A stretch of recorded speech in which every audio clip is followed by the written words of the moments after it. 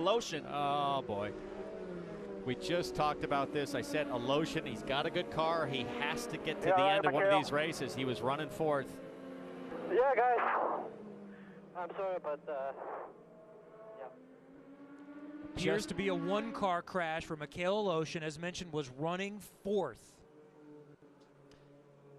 And good to see he's okay. About 20 laps ago, he had a big moment coming off turn 2. He got through a bump and corrected and hung on, but like we talked about, these yellows, it's who's going to get it first. Who can hang on before needing to come to pit lane for fresh tires, and unfortunately for Mikhail Aleshin, he was the first man out. We went to the drivers' meeting this morning, Townsend and I, and they said 60% of the accidents, Brian Barnhart said, happen in turn 2. That bumpy turn 2 is a big bump in the middle.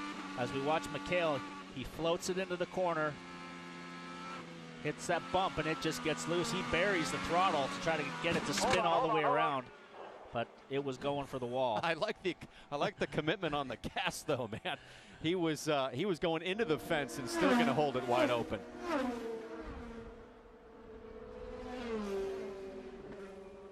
And that was his teammate Hinchcliffe there, who came by and came the closest.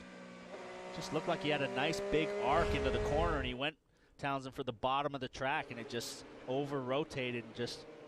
Once it got sideways, he buried his foot in the throttle to try to keep it from going up, just up to the wall, and try to get it to spin downwards, but it wasn't having it. Great heads-up driving from Ed Carpenter there. You saw he was right on the fuel map switch, going immediately to save fuel under caution.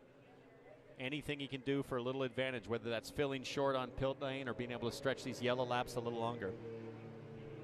So let's go back to Phoenix and recall what happened there with Mikhail Aleshin. This was at the start of the race that took out a lot of people. Didn't last very long here. Made one corner before he took out about 5 or 6 cars, including Sebastian Bourdais, who was on a roll up to that point, and Graham Rahal. Outside. Oh, hold on. That time he got out of the throttle, Paul. This time he thought, well, let me try the other way around.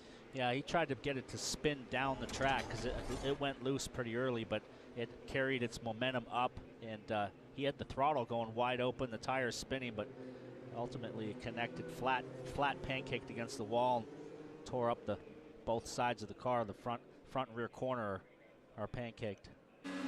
Hello, Mikhail, you're running fourth. You made a great save a few laps before you spun. Tell us what happened. Well, I had a really loose car all day, and I was just holding for my life there all this first stint, and I don't know how many times I showed my saves, but it was almost every lap. And then suddenly, at the last lap, I just it went, and I just couldn't do anything. You know, it was just impossible to react. Well, we're glad you're okay, kid. Kevin. All right, thank you, Robin. Tough one for Mikhail Aleshin and Schmidt Peterson Motorsports. They've still got James Hinchcliffe